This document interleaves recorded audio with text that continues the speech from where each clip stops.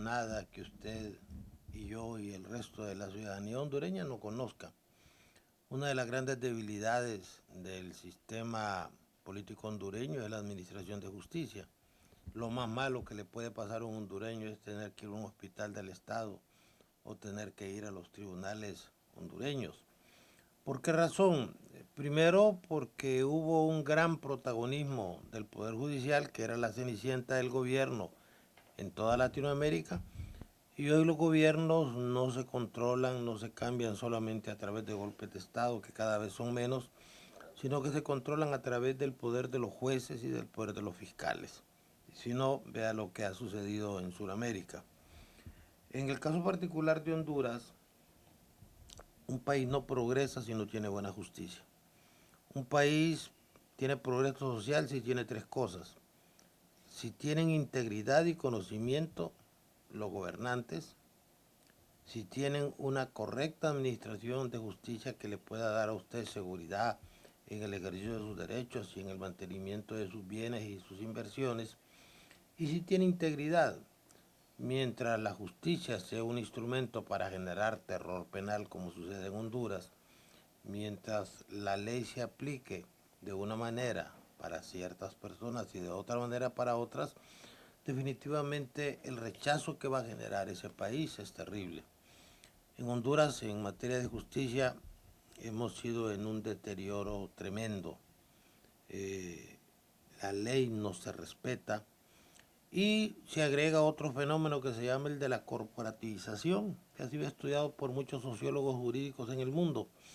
La corporativización es que el juez no siente que su trabajo es especial, que decide el futuro y de repente hasta la vida de los imputados y de su familia, sino que se comporta como un empleado de correos, como un empleado de Hondutel al cual le preocupa que le paguen a punto su tiempo, su sueldo, que le paguen puntualmente su decimotercer y sus derechos laborales, pero que no tiene idea de lo que es el apostolado de la Administración de Justicia, sino que es un empleado más que vive aferrado con uñas y dientes a la chambita y lleno de terror y de obsequiosidad frente al superior o el que lo puede quitar o el que lo puede malinformar.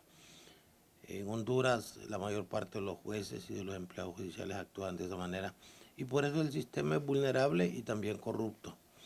De ahí que es importante reconocer que es valioso lo que hizo el relator de Naciones Unidas, pero que no es nada nuevo. Lo que sí resulta nuevo es el hecho de que en la próxima campaña el tema va a ser el desempleo y la administración de justicia. Y que en materia de administración de justicia hay que darle una buena sacudida al árbol. ¿Y cómo podemos, o sea, ser un país que haya verdadera justicia? Mire, la gente cree que la ley tiene una especie de facultades mágicas, lo que llaman fetichismo jurídico. No, el problema es la gente. Tenemos que educar a la gente. Mientras en Honduras vivimos permanentemente hablando de política y de fútbol, en Costa Rica, ahí nomás muy cerca, otro país subdesarrollado, se habla de trabajo y de amor al país. Mientras aquí la filosofía sea de sobrevivir a como dé lugar y que lo mío es mío y lo suyo es mío, si se lo deja quitar, mientras sigamos pensando así, mientras pongamos fiscales poca cosa, jueces poca cosa, magistrados que llegan de una manera verdaderamente sospechosa y organizaciones de sociedad civil que son prácticamente paraestatales, empiezan a hablar de fiscales 5 estrellas, pero detrás de esas situaciones se habla también de que hubo compra de votos en el sector de la oposición. Mientras la oposición misma cree que va a hacer los cambios que necesita este país, yendo a foros y dando declaraciones a los periodistas, mientras actuemos así, las cosas no van a cambiar. Honduras necesita un cambio porque la generación del 90 para acá es una generación a la cual Honduras no ha tratado muy bien. Yo creo que las generaciones anteriores pasaron mejores etapas que la que pasaron los millennials y los que están por nacer si no se hacen los cambios necesarios. Es decir, hoy ya no es motivo de orgullo ser juez. Hoy la Administración de Justicia está totalmente politizada, y desde el momento en que está politizada, los inversionistas huyen. Cuando la política entra al templo de la justicia se va por la ventana o por la puerta trasera. Y mientras no haya seguridad jurídica, mientras aquí tengamos una especie de democracia imperial, donde el presidente es el que incide y el que decide en todo lo de este país, pues el país no va a ser un lugar bueno para vivir. Por eso yo insisto, Honduras no ha sido muy buena con los jóvenes de la última generación porque les ha quitado oportunidades. ¿En qué incide mediatización de los casos para la decisión de los jueces? En el caso específico de los dos que fueron mediatizados esta semana, el caso de la condena de la ex primera dama y la absolución de la familia Gutiérrez. Bueno, eso solo reflejó lo perverso del sistema. Un sistema ridículo que le dice a usted que lo van a condenar a un mínimo de 58 años de prisión. Pero todos sabemos que eso es equivalente a una prisión de por vida, porque saldría la señora como con 100 años al cumplir la pena, que no son penas perpetuas, porque no existen las penas perpetuas. Es decir, existen las penas de por vida. Cuando el imputado se muere, ahí terminó la pena. Y que en el mundo real, si entra en vigencia el nuevo Código Penal, esa pena concreta tendrá que ser modificada. Y que también el artículo 35 del Código Penal dice que las penas por delitos acumulados no pueden pasar de 30 años, y Honduras ha suscrito la convención que da origen a la Corte Penal Internacional, donde claramente se establece que las penas de prisión no pueden pasar de 30 años. Entonces lo máximo que va a hacer esa persona son 30 años, pero hay que ponerle pimienta, hay que ponerle condimentos a la noticia, y entonces generar lo que se llama prevención general negativa, es decir, atemorizar a la gente diciendo que a las primeras damas le van a poner 58 años como mínimo. Esto no es técnico, esto no es científico. Y el otro caso no lo conozco, pero siento yo que la sociedad y particularmente la oposición tuvo como bandera de lucha el tema del seguro social. Y si en el seguro social no pasó nada con el caso de Astrofarma, pues entonces la oposición se quedó sin banderas, estaba desinformada o estaba equivocada o actuaba maliciosamente. En todo caso, el sistema no está funcionando porque no es previsible. Hoy usted como abogado no le puede decir a la gente lo que va a pasar en un juicio, aunque las reglas estén claras en el texto legislativo, porque como decía un viejo profesor de la Escuela de Derecho, aquí hay que también acudir al recurso platicado.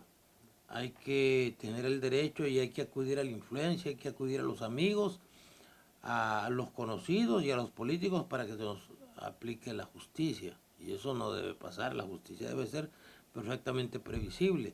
Si usted es inocente o no hay pruebas en su contra, usted debe ser naturalmente absuelto.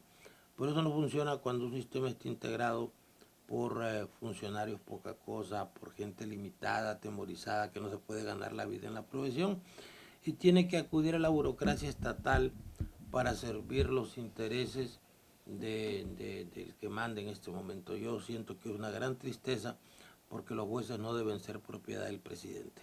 Sí, ahora, y con este tipo de sentencias que son duras y que quizás lo hacen para mandar un mensaje a la sociedad que están cambiando las cosas, se puede decir que se está combatiendo la impunidad en temas de corrupción.